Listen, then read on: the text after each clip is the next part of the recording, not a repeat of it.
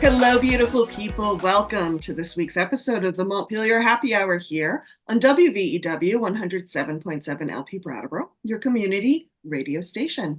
I'm your host and producer of the show, Olga Peters, and I am very happy to introduce this week's guest, Leah McGrath Goodman. She is an investigative journalist currently working on her third book and in her final year for a master's degree in corruption analysis and governance from the Center for the Study of Corruption at the University of Sussex.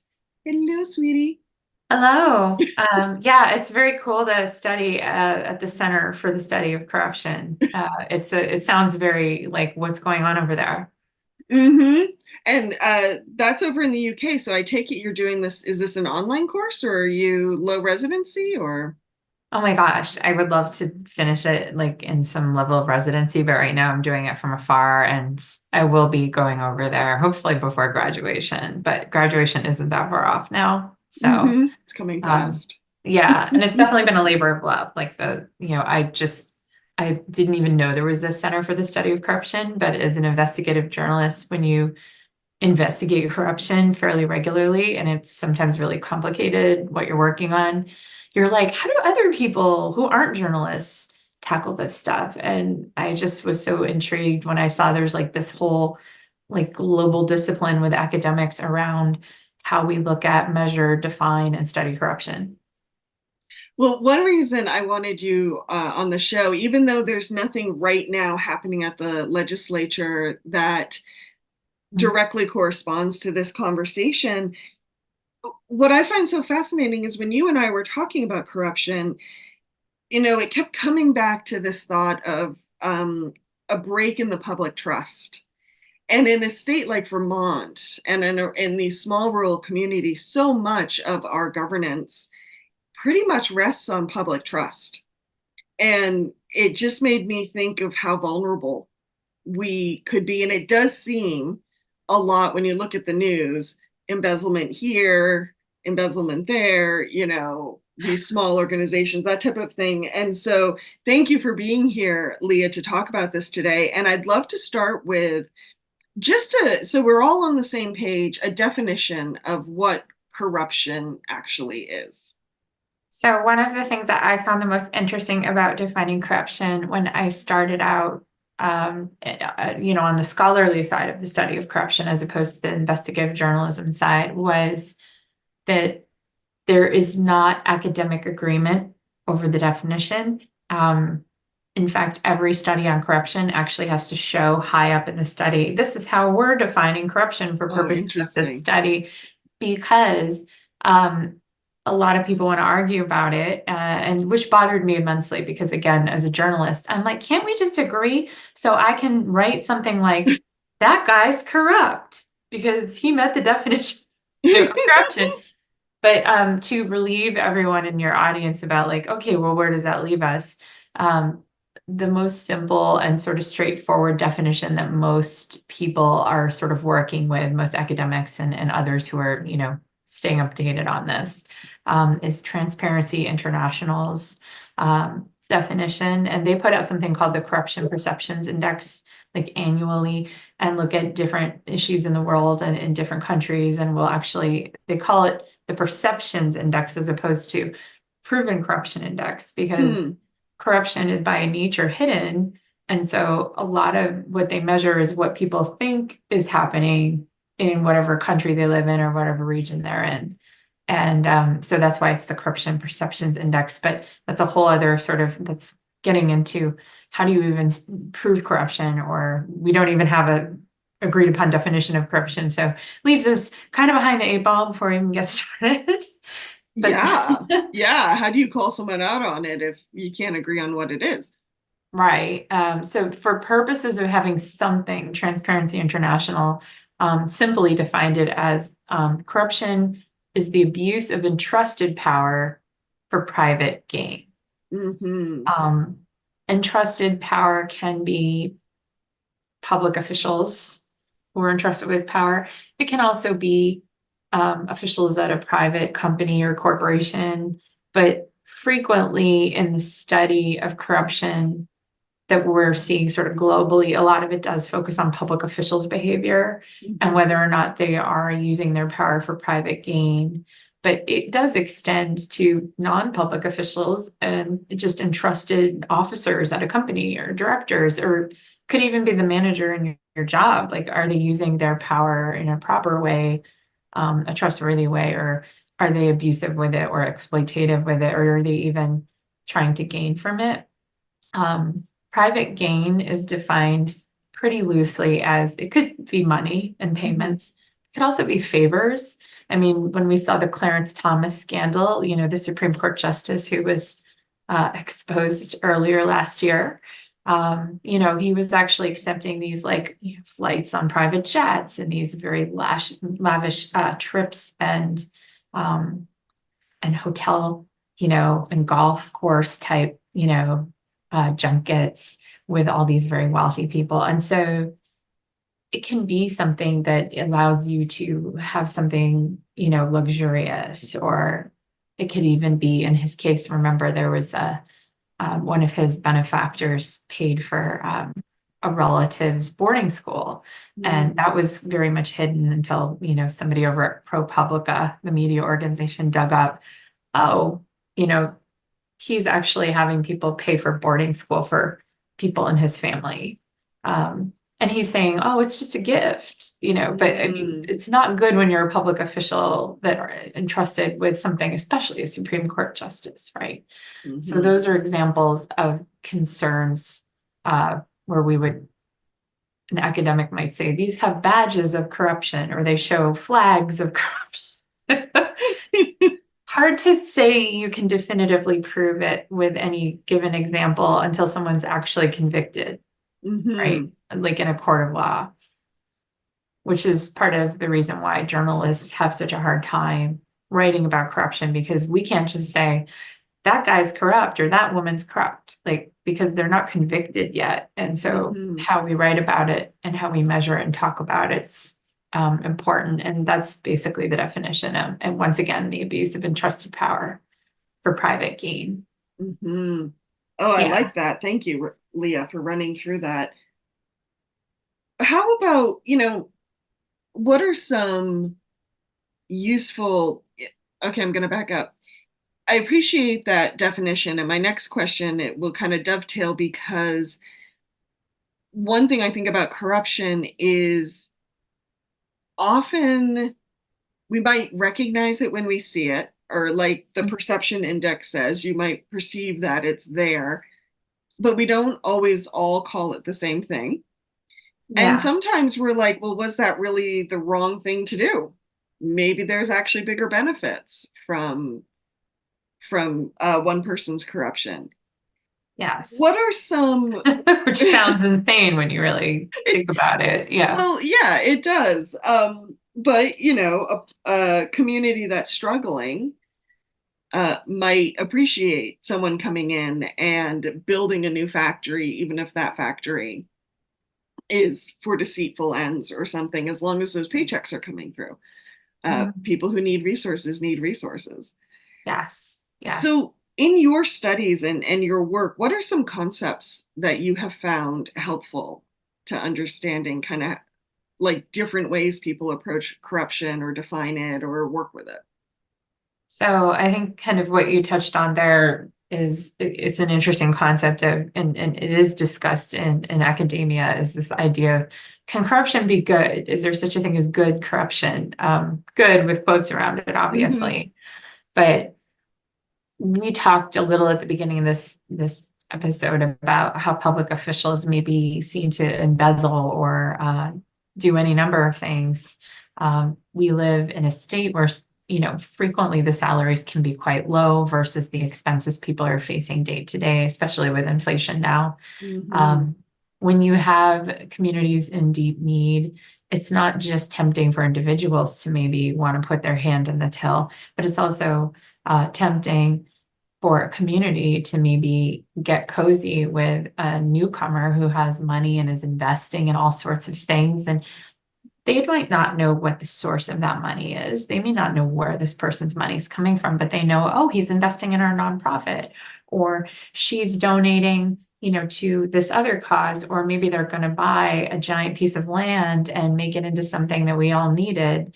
And we've had things like that. You and I have talked many times about different projects we've seen where someone will come in and just refurbish. And there are opportunity zones.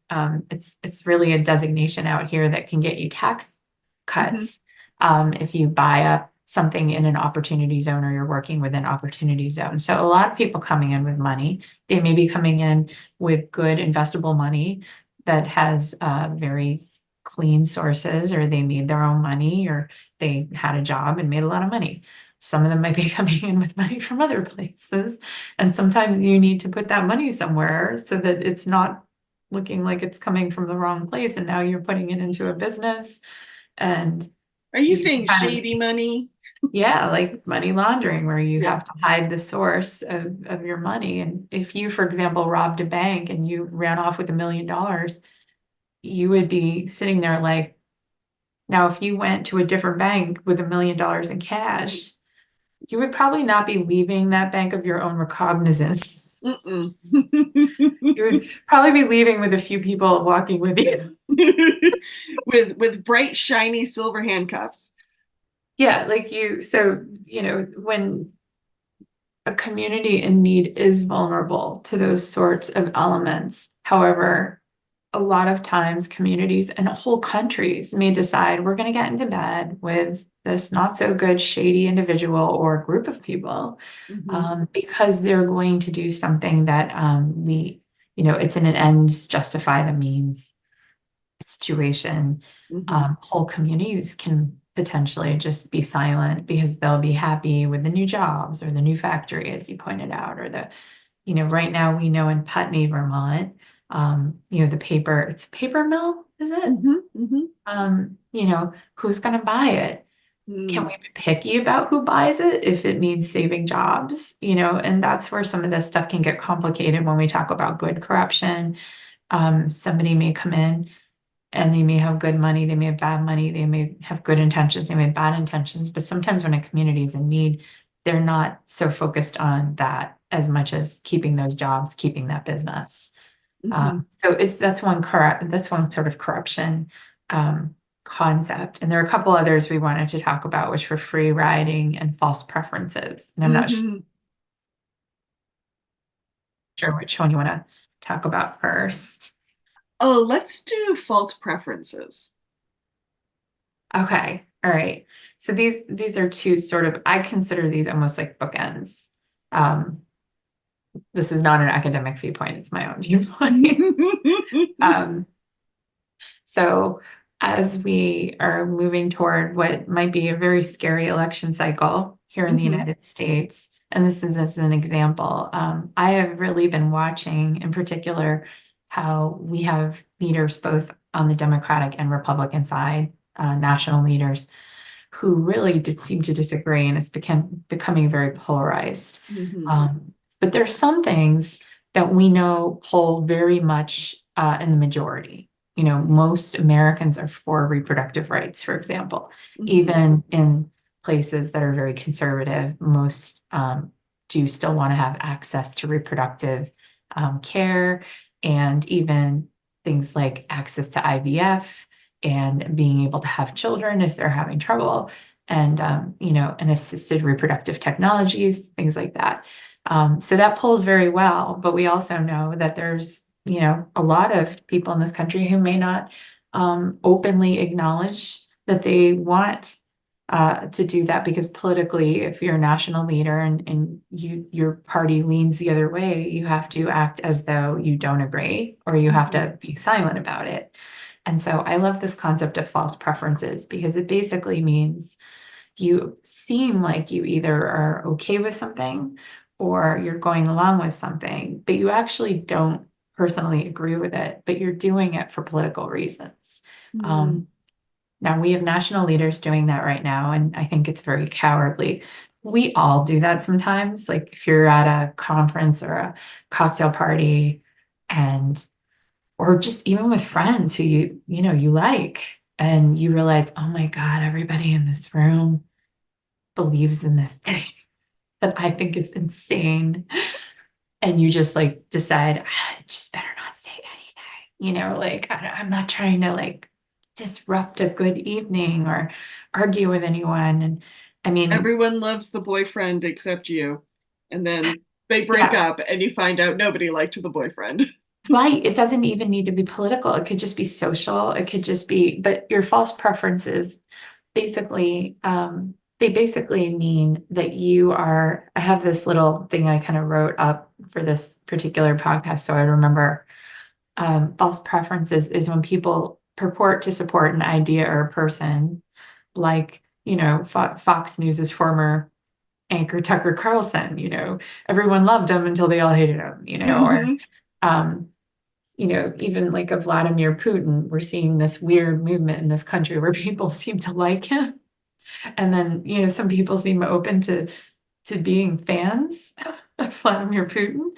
Hmm. And so in social theory, the tipping point for when people feel supported in changing their minds is very individualistic and unpredictable.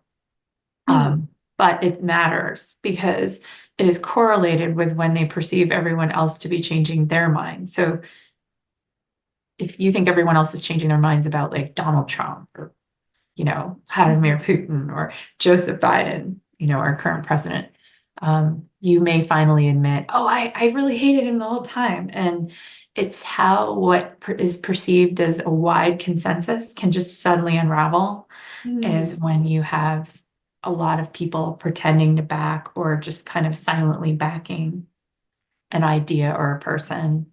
And in the end, it turns out a lot less people believed in it than you thought. And when they perceive everyone else also doesn't believe in it, they all back off immediately, and whatever support that thing had just collapses. Hmm. And that's a false preference.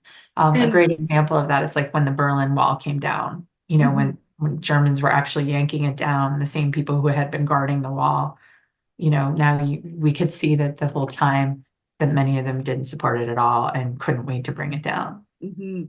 And what does that mean, false preferences for, say, corruption? Is that an example of, say, there's a governor or a prime minister or a president or a program, let's say a program Mhm.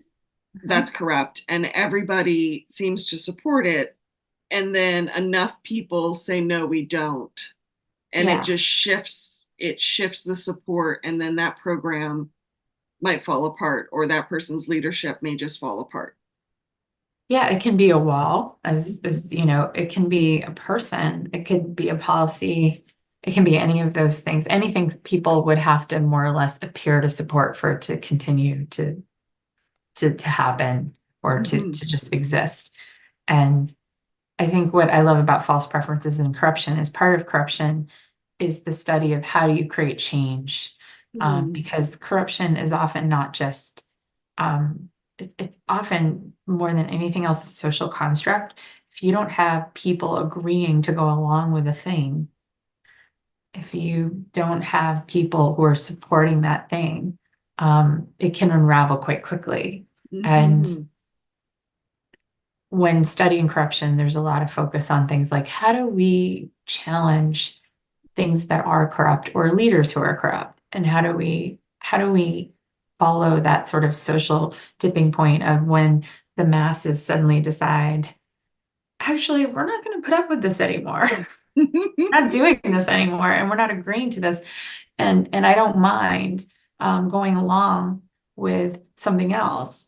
But a lot of times people don't feel brave enough to do that until they think everyone else is ready to do that. And that's why false preferences matter. It's like they are strongly correlated with people changing their minds when they perceive everyone else is also changing their minds. Mhm. And I just love that as social theory to me is so interesting and how group dynamics work. Mhm. I can And imagine too, like you use the phrase changing minds, but I suspect in some cases it's also perceptions of safety. Like Mhm. people suddenly feel safe to voice their real opinion. Absolutely. If you think you're going to abandon your friends or your colleagues or your community and your view, you are going to be much more likely to not be open about that view, right? You're going to Mhm. hide that view. Um, that's a social thing, and that's a getting along with others thing too. A lot of people will think about this every day. And do I need to tell everybody I don't like that or I disagree? No, you don't have to tell everyone every single thought you have. Some thoughts matter more than others. So the other part of how like social theory plays in to corruption, I think can be quite interesting is this idea of free riding, which is sort of the third concept I wanted to share with you all today. Mhm. And this is also has to do with group dynamics. It traces back to, weirdly, traces as far back as the 17th century Hmm. and modes of thought tracing back that far. And it's from collective action theory. Um, I think it was this US economist in the 1960s named Mancur Olson Mhm. who noticed that members of a group will frequently choose not to pursue a collective action that achieves the public good, even though it is clearly in their favor to do so. And the reason why is they will instead look at the situation and decide, I will free ride on others' efforts to achieve those good, positive goals. But I won't participate because I don't have time. I don't want to argue with anybody. I don't want to put in the effort. It's too, costly to me or my reputation or whatever's going on. Um, and in this way, they will act in their own self-interest, but the results tend to be suboptimal for everyone because what happens is only a small group of people end up moving to work the needle. And even if it's to a positive goal, everyone benefits when the goal is reached, but only some people have expended themselves doing it. Hmm. So that's called free riding. And I love this concept because it makes me think about anytime any of us see a major, some big stride forward Mhm. in our public life or in our political life or in our just our day-to-day lives because of other people's efforts. We're actually free riding Mm. off them and benefiting from them. Mhm. I mean, we can't all do everything, but it's important to sort of appreciate that um, group dynamics are very interesting like that, and that whole Mhm. groups will decide not to bother doing something, while other groups will say like, no way, we're gonna put our foot down. And this again is how like change can happen, right? Like in corruption studies, this idea of how does change happen? Well, enough people decide they're going to push back, and those who didn't will end up will end up benefiting. But the idea is that it is suboptimal for only some people. It's not good. Those people might become exhausted, or Mhm. they may lose opportunities themselves while they're pushing for this goal. So I think in some ways it's a good reminder, especially watching our political landscape today. It's a good reminder of noticing if any of us are free riding or if we could lend a hand now and then with a cause that's very important. Right. Yeah. Well, I think in small town or small communities, the correlation may be there's always three or four people who show up to volunteer, and they might be the reason the library has story hour that Mhm. so many little children benefit from. But Yes. there's really only three people carrying it, Right. and the lack of volunteers that are really needed in communities sometimes. Yeah. I mean, I think it also, one of the things that I love about these studies that of corruption is a lot of corruption studies are also about anti-corruption. And so it's Hmm. about how do we make the world a better place? How do we understand what makes, a lot of it is like debated about how do you actually make it better without making it worse? Because Hmm. a lot of times change requires some level of fighting or disagreement before you get to the goal. And so a lot of people don't like that phase, understandably, Yeah. and don't want to be a part of it. Or they just don't want to, as you pointed out, they just don't want to put in the energy, even if it's something as simple as who's going to be in charge of story hour? Right, right. Yeah, like obviously that doesn't require a fight, but it still requires people care enough to do something or to be a part of something. Mhm, I'm a big fan of do what you can. Like, don't do more than you can, but do whatever you can within whatever you are able. And some people have more bandwidth than others. I think that the main thing is to remember, like, no one expects anyone to overextend, and no one should, because if you become exhausted, then you can't do anything for anybody. mhm, You just really have to figure out, like, what is my scope of contribution that is comfortable for me? And then what do I want to contribute to that would potentially make a big difference, mhm. as opposed to small differences, like arguing with, you know, your neighbor about, a boundary line or something. It's not actually terribly helpful. Yeah. I think what I'm sitting with right now, before we head to break, is so often in the stories of corruption, I think we often focus on like one or two corrupt people. Mm-hmm. And the concepts you shared, the free riding, for example, it it just reminds me how systemic something like corruption or anti-corruption can be, and how we are all operating within that system for better or for worse. And what are we allowing, what are we not allowing, Yes, as a group, as a community, is sort of what I'm sitting with right now. absolutely. Because if people speak up early and check each other, right, which you can do best socially, right, before anyone ends up in court or on some really bad, track. There's all these social and also familial things, right? If you're raised in a family and then your friends, your community, your neighbors, your school, all those things. If people are like checking you, hopefully in a caring way, but are like keeping an eye on you and are, we do act as checks and balances for each other. And there's a really strong social component there. Mhm, If those things are missing, somebody can go way off into the wild blue horizon and, go way off track before anybody actually pulls them in or reins them in. It may do a lot of damage and they may end up in a lot of trouble. mhm. And groups, that applies to groups too, right? Like we've seen in the last like few decades, we've seen whole like multinational companies convicted like as a company, right? Of Right.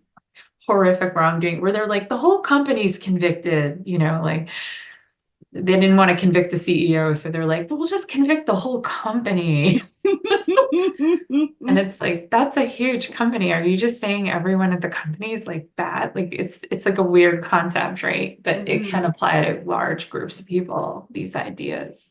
mhm. Yeah. Well, thank you, Leah. So everyone stay tuned. The Montpelier Happy Hour on WVEW 107.7 LP Brattleboro will return after we hear from some underwriters. We'll be right back.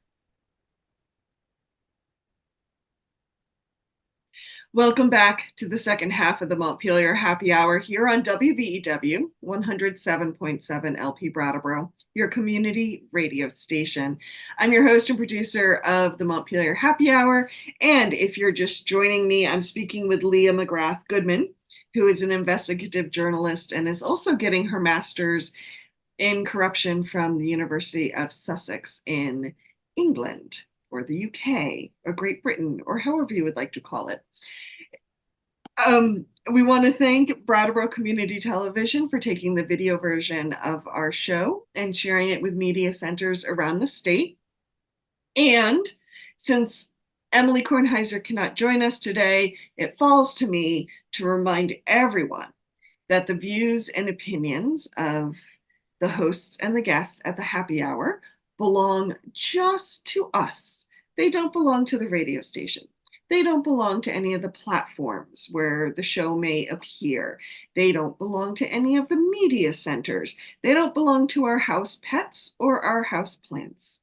Just us. Did you get that, Leah? Yes, I think my houseplants are going to be quite upset, but They not my wanted to have animals. their opinions too. Right. So if you're just joining us, Leah and I have been talking about corruption, and in the first half of the show, we went into some of the deep dives around definitions and some of the different concepts when people are studying corruption. And Leah, in this second half, I'd like to turn it a little bit more to Vermont, make it a little more local. And partly because I was re-listening to a 2016 episode of Brave Little State from Vermont Public, where they actually looked at, someone wrote in and said, is Vermont just like this crazy place for embezzlement? It feels like every time I turn on the news, some town clerk has embezzled, some volunteer at an animal shelter has embezzled something, this, that, and the other thing. And I will link to the episode in the show notes of this podcast, folks, because it was very interesting what the reporters found out and what they found out about data. And at the time, there really actually, in some ways, wasn't a lot of great data to talk about embezzlement, specifically in Vermont. But there was one quote from a Dr. Weber from the crime research group that I think ties into what Leah said in the first half of the show, that embezzlement gets a lot of news coverage because it involves a violation of public trust, and that's hurtful to the community. And so I just thought that all tied in a little bit to what we were talking about. So, Leah, let's bring this home. Let's bring this to Vermont a little bit. In your work, what are some of the local cases maybe you've looked at for your studies?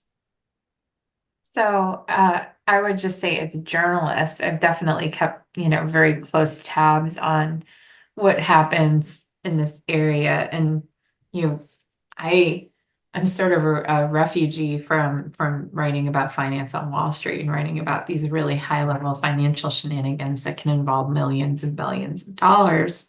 But what's interesting, and Olga, you and I have talked about this, we'll see something developing live sometimes, Olga and I, and the person won't even be convicted yet, but it's already throwing off all the bad signs. All the red flags are going, wee, look at me. Right. And I will name one here because it did result in a conviction. In April 2021, it was Seth Andrew from Democracy Builders who bought Marlborough College for Campus. $250,000 in cash and an assumption of a $1.5 million debt. But then it turned out, according to the Department of Justice, alleged that he had stolen it from a charter school network he had started called Democracy Prep. And that, by April 2021, he was arrested and charged with wire fraud, money laundering, and making false statements to a financial institution. Some of the money, I believe, was to bankroll a piece of real estate, an apartment in New York City. Yeah, he used the money to basically, if I remember the FBI's press release correctly, to inflate his personal wealth on paper so that he could get a better mortgage on an apartment. Yeah, and I remember looking at how many basis points less he saved on that purchase. And I remember thinking the risk he was taking versus the amount of money he saved was, the risk was just massive compared to, it literally looked like a coupon clipping he was doing. Ouch. Certainly, if you take out a 30-year mortgage on something, over time, basis points do add up. But the personal risk and the fact that he was, ultimately, charged by the Department of Justice in a criminal action. He also was alleged to have embezzled $218,000 from bank accounts controlled by Democracy Prep Public Schools, the school network. So it was. But what I want to say about this, this is one case. It was pretty extraordinary. I think the whole community was like, wow, this is a beloved college. Many people who live here either lived, worked, or graduated from Marlborough. I have a lot of friends who went to Marlborough, friends who've taught there, worked there. I think what I found interesting was Olga and I noticed early on in the Marlborough College transaction, we were looking at the financials. We were just looking at what was in the newspaper. Remember?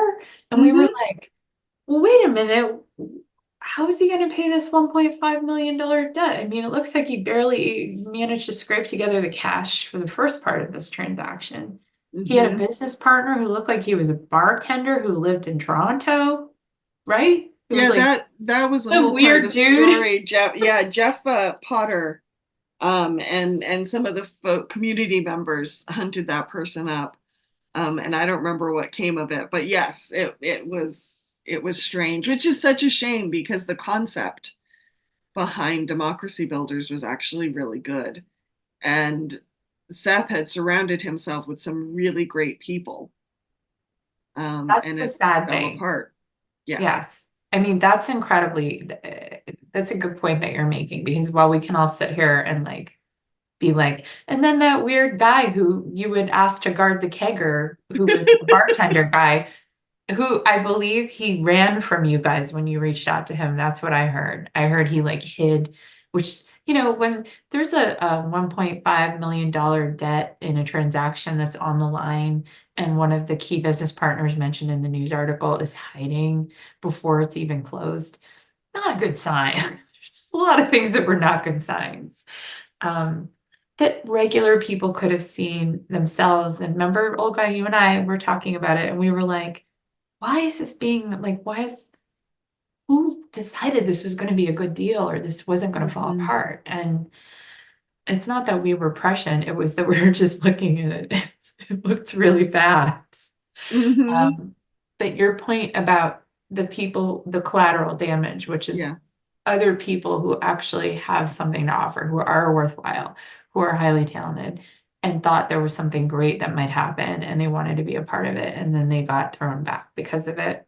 Mm-hmm. My understanding is that Seth Andrew himself is a very talented, or was seen to be a very talented person, Mm-hmm. I skills think wise. by many people. Yeah. Yeah. And the fact that this happened, also unfortunate, waste of his own talent and time. I think he went to prison for, I believe it was something like a year and a day or Yeah. something. He should be out by now. I don't know if he is, but you might know that, Olga. I believe he is because he pled guilty in 2022. Uh-huh. So, Yeah. That's a local case. The other Department of Justice case that caught my eye over this past year had to do with world learning. SIT is sort of, one of our beloved institutions here in yeah. Brattleboro. Full disclosure, both Olga and I have done work for SIT. Were you an employee like at SIT yourself? Yeah, I was a Janeway scholar, so I was a experimenter in high school when on one of their programs, and then I worked in Res Life, and then I Okay. worked in study abroad. Yeah. Oh, wow. Okay. Yeah, and I was also at SIT doing work for some time. I was their head writer and editor for a while. And then Mhm. my mother did the experiment Oh, in no way. Florence. Yeah, she did it. She was back then it applied to, yeah, she was in university at the time that she did the experiment back then. Hmm. She went to Florence to, she's an artist and she studied in Florence for the under the SIT experiment. And I was like, wow, That's I had no cool. idea like that my own mom had done that with SIT. Anyway, very sad because it's an important part of our community. But the director, the head of human resources, really the vice president of human resources, was found to have committed wire fraud, and also the World Learning lost over $400,000 because she was involved in moving money around improperly and to benefit herself, and she had to end up paying a lot of that back. But the DOJ was involved, and I believe, she's now finishing paying it back, and also um, complying with the DOJ's demands. And this is also another criminal case. And so, Hmm. you know, it's very frightening when, in your own community, you're seeing high levels of fraudulent behavior that is, amounting to hundreds of thousands of dollars that are either leaving an institution that's a beloved institution, or, Marlboro also, same thing, beloved Mhm. institution. Um, it's really lamentable, and a lot of it requires us to reflect afterward, asking, culturally, are there things we could have done? Are there things we could have noticed? Are there things that maybe we should have asked? I Mhm. think sometimes we're so eager, Marlboro College needed a benefactor, and, Seth Oh, we Andrews no should probably longer. just be clear, just for Yeah, super clarity, the yeah, campus needed a benefactor. The college had been merged. merged with Emerson. So That's the right. campus, yeah. Thank you for the clarity, because that's correct. But I think, you know, in a place of great need where there's not always someone who can who can like bankroll those sorts of things, in this case, this level of purchase with debt involved. And, Mhm. you know, I actually only know really what became public about the SIT World Learning situation with the Mhm. head of human resources.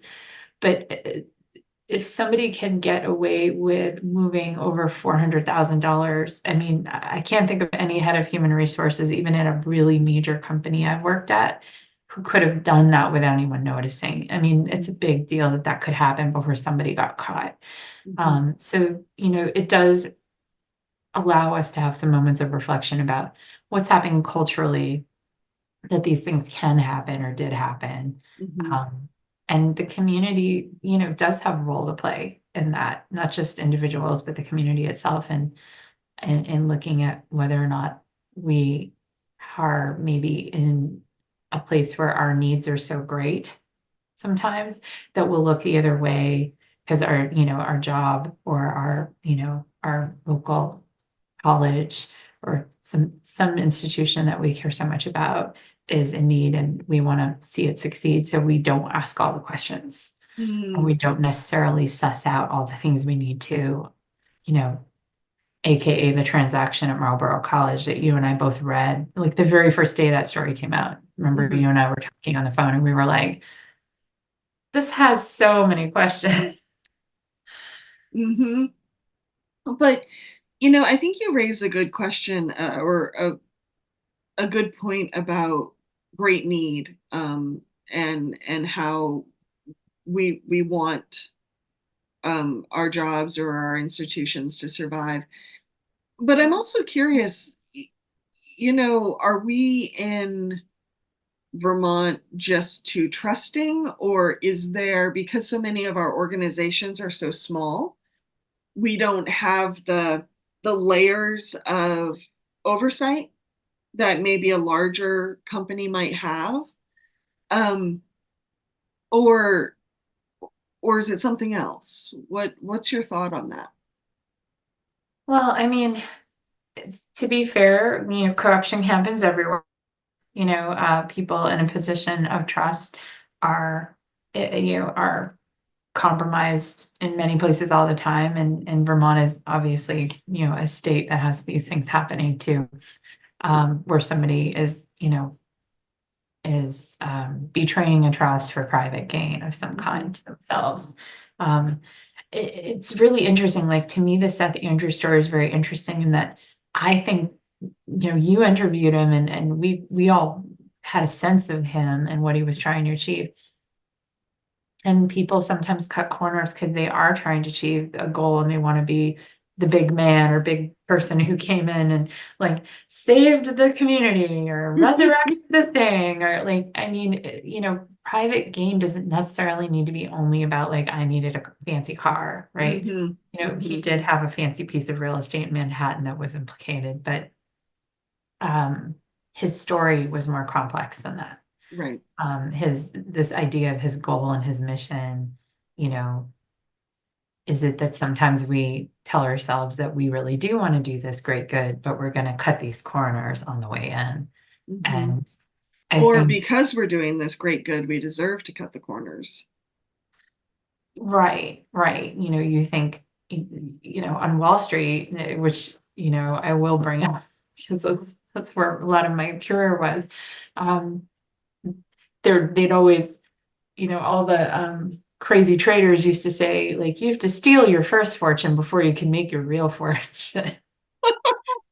They were like, the first one's the crooked one, the second one's the real one. And their point was is you need money to make money. And if you don't have anything to invest, and that's really sad. But there are people who privately say that to each other and believe they need to find their little angle or their Hmm. way in.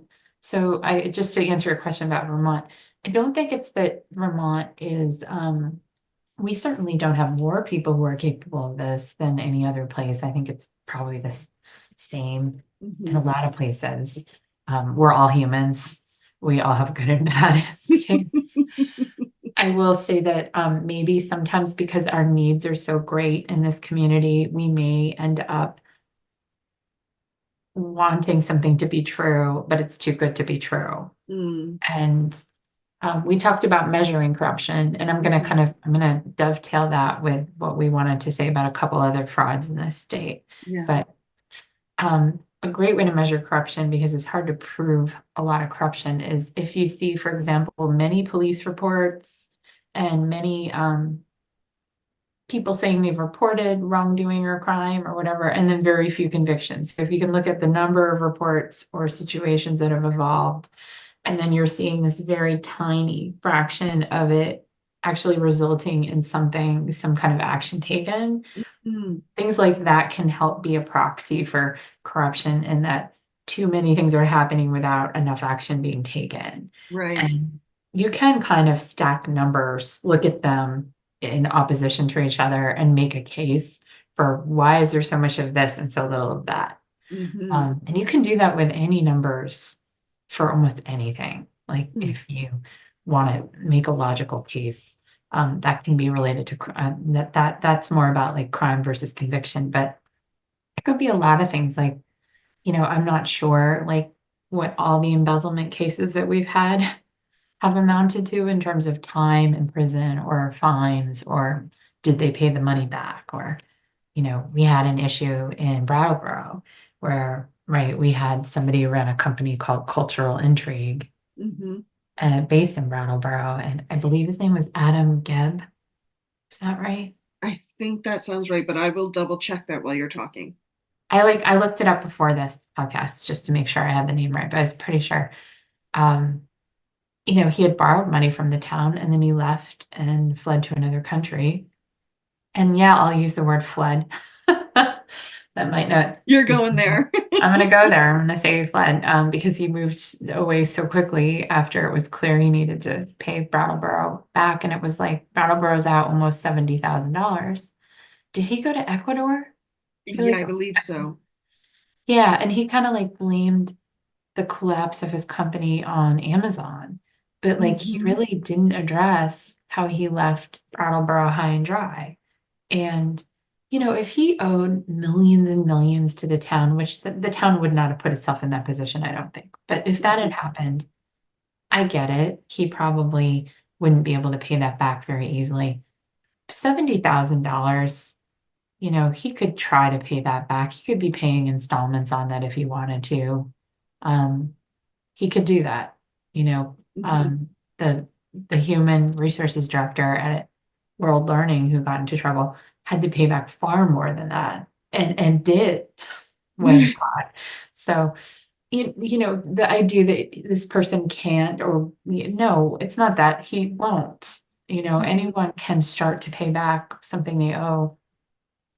But I think, as you pointed out, a lot of different types of personalities may do something. And in this case, like he exploited a vulnerability, which was the town wasn't in a position to find some other way to get this money or be made whole. Hmm. Um, I think the last thing we wanted to talk about was J Peak, right? Yes, and we have just over 5 minutes. Okay. Just doing a Right. time check. I know it went fast. Very fast. J Peak, I just thought was really fascinating. And, there's a New Yorker article for those of you who haven't read it. A New Yorker article came out in the last couple months. I think it was this year. I think Hmm. it came out in early 2024. Could have been late 2023, but I think it was this year. And, the state has to pay, $16.5 million back to investors in the JPEAK project. And it's being called the Kingdom Con.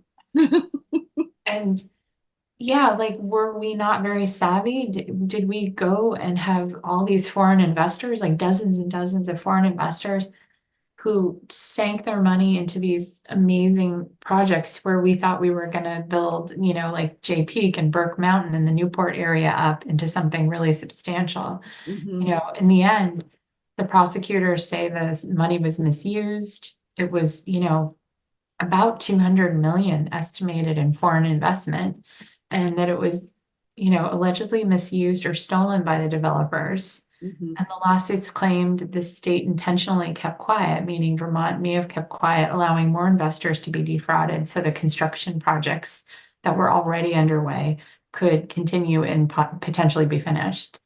And like, to me, that is, if that is even possibly true, then that would mean that we are putting the perceived needs of our communities in this state above what I would call, thoroughgoing, careful and vigilant transparency, and also monitoring. They were supposed to be checking the financials of a lot of this, the department in charge of this program Mhm. with the state, which is why the state is now being found at fault. Right. And that's just sad. And, we are all eager to build up our communities, but we're going to have to do it carefully and correctly. And if something starts to look off track, we can't just look the other way because we need, that parking lot built or that mall, put up, or that resort done. Mhm. We do have to face the music. If we want to play this game, if we want to have foreign investment of hundreds of millions of dollars, you got to be thoroughgoing. And, this is what the anti-corruption studies are all about, is how do you do that, but also have the community benefit. Mhm. So, in the last few minutes that we have, I'd love to, if you can, share with us either some cultures or some structures that tend to be less vulnerable to corruption. I know before we were talking about hierarchies versus lateral Mhm. archies. I don't know what you would call them. Um, Yeah, there is sort of a case to be made for it's sort of a horizontal monitoring and transparency as opposed to something more vertical and hierarchical. mhm. So what has been found in some studies is that if there's transparency among counterparties involved in anything where they can be checks and balances on each other and have roughly equal power in the situation or equal say, it's going to be a lot easier to catch corruption early and have somebody say, oh, hey, I question this, or can we check that? Mhm. It's a lot harder if you might have somebody who's a lower level person in an organization trying to blow a whistle on the top of the organization, because frequently that person will be ignored, or if it's a true problem, that person might end up being crushed or driven Mm. out because Mhm. they don't want to address the problem, or they don't want to address it yet. Um, or they're still trying to figure out what to do, but they need to quiet someone. And so it's found that it's the insiders in a situation who are in the best position to stop something from going wrong. By the time it becomes public, even if it's a public transparency like report or something, Mhm. by the time like a journalist like me catches it, this has now been going on for some time, I assure you. By the time somebody Mhm. like, journalists are outsiders by definition. We are Right. not the insiders. I'm not inside the corporation. I'm not inside the trading floor. I'm not inside the state office, or the Right. municipal center. I'm on the outside looking at the data. And so if I'm seeing bad problems with the data, you can bet the insiders already are aware of something's wrong. Um, Mhm. and so it's really those insiders monitoring each other that are the best line of defense against corruption. So we never Interesting. even hear about it. Mhm. Mhm. They'll nip it in the bud and that's it. And along with people kind of being on an equal level to monitor each other, are there other tips that an organization could institute to? to help prevent corruption?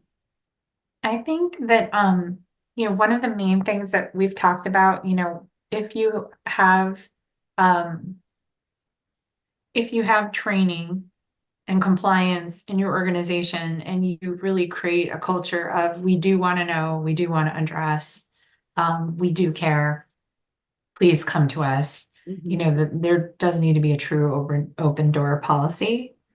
And you can't really stop corruption without being transparent and encouraging people to come forward and to really listen to them. And, training matters in that people who are trained to be compliant and to understand the difference between, okay, this is out of compliance versus this is in compliance, what the difference is, what it really looks like, whatever the job may be. Um, it's not just financial compliance, it's cultural compliance and treating each other with respect. Mhm. And if somebody has something to report, actually genuinely having a real process in place that's already pre-set that Mhm. this is going to go through. And ultimately, if you do have whistleblowers in your organization, it's well known in corruption studies that whistleblowers are almost always counterattacked, or almost Mm. always, there's an attempt to crush them, silence them, frequently fire them, make their lives difficult, or just, disparage them so that they don't continue. And that's something I kind of want to leave the audience with is, if you feel you need to do a whistle blow, you really want to think hard about, there is best practices for savvy whistleblowing. And the main thing is get all the information, find, find all the information you possibly can and never say a word about it, until you're all set to go. And then you can like file a report, or, a lot of whistleblowing from a criminal and regulatory standpoint. The first thing they'll ask if you report it like to a federal body or a federal agency or regulator is, did you tell the company or did you Mhm. tell your organization or your manager? And if your Mhm. answer is no, well, that's kind of a crucial step. And so Mm. you have to really think about, do I have everything I need if I do need to go somewhere else? Because if you take that crucial step and then everything shuts down on you, you won't, somebody locks you out of your email, or Right, right. you don't have anything anymore. So it's terrible that you almost have to have this like mind of like, okay, assume the worst, but hope for the best. But and you also shouldn't try to blow the whistle or pursue something unless you feel very strongly about it. And ideally, it's something that affects more than just you, right? Okay. Just being angry about something yourself, if it doesn't affect others in the community or in the organization, do you really want to spend all your time on that? Do you want to give up your time? Do you want to get into a fight that could last months? Maybe abandon other opportunities that could be coming your way. Like, if this is just about having a vendetta, that really shouldn't be enough. Real whistleblowing should be about thinking about the group Mhm. or thinking about the community, um, doing good at the end, you know, and being constructive about a solution. Thank you. That is all the time we have. Leah McGrath Goodman, thank you so much for joining us today. Do Thank you you. have a website, or if people want to learn more about the things you're working on, where they can go? Oh, I do have something that I've recently started writing. It's called Column C on Substack, and C is for corruption.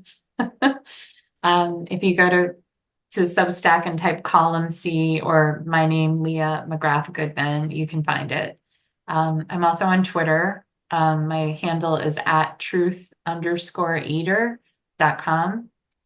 And well, it's at truth_eater. That's it. Mhm. And then my website is leahmcgrathgoodman.com if you want to find me, or you can drop me a note. Fantastic. And as always, the Montpelier Happy Hour is on WVEW 107.7 LP Brattleboro, your community radio station, every Friday at 2 and rebroadcast every Wednesday morning. Or you can subscribe to the podcast wherever you listen to your podcasts. Have a great weekend, everyone. Take care.